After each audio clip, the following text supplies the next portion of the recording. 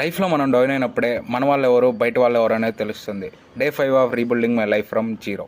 నేను వరస్ట్ ఫేస్‌లో ఉన్నప్పుడు చాలామంది నాకు సపోర్ట్ చేస్తారని అనుకున్నా. కానీ అలా జరగలేదు. కొంతమంది దూరమయ్యారు. కొంతమంది కాల్స్ కూడా చేయలేదు.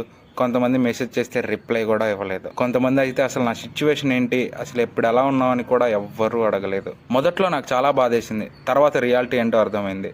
మనం ఎక్స్పెక్ట్ చేసిన వాళ్ళకంటే మనం ఎక్స్పెక్ట్ చేయని వాళ్ళు మనతో ఉంటారు అని. అలాంటి టైంలో మనకు తెలిసిన వాళ్ళు ఒక మెసేజ్ లైక్ ఎలా ఉన్నావు, ఎక్కడున్నావు, అసలు ఇప్పుడు ఏమైంది, నీ సిచ్యువేషన్ ఏంటి అని మెసేజ్ చేస్తే చాలా బాగుంటుంది కదా.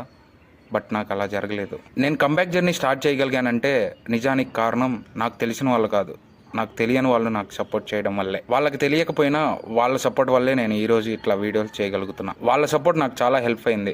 ఎలా అంటే కొన్నిసార్లు వాళ్ళు అన్న నువ్వు ఎప్పుడు కంటెంట్ మళ్ళీ స్టార్ట్ చేస్తావు, అన్న నువ్వు ఎప్పుడు మళ్ళీ వీడియోస్లో మాట్లాడతావు, జిమ్ వీడియోస్ ఎప్పుడు పెడతావు, మాకు డైట్ ఎప్పుడు చెప్తావు అని అడిగినప్పుడు చాలా చాలా హ్యాపీ అనిపించేది. అందుకే నేను ఒక విషయం చెప్దాం అనుకుంటున్నా. లైఫ్లో అందరూ మన పక్కన ఉండాలని కాదు, కరెక్ట్ టైంలో ఒక్క మనిషి ఉన్నా అది చాలు. ఆ ఒక్క మనిషి మన లైఫ్లో మనం వెనుకుంటే మన లైఫే మారిపోతుంది.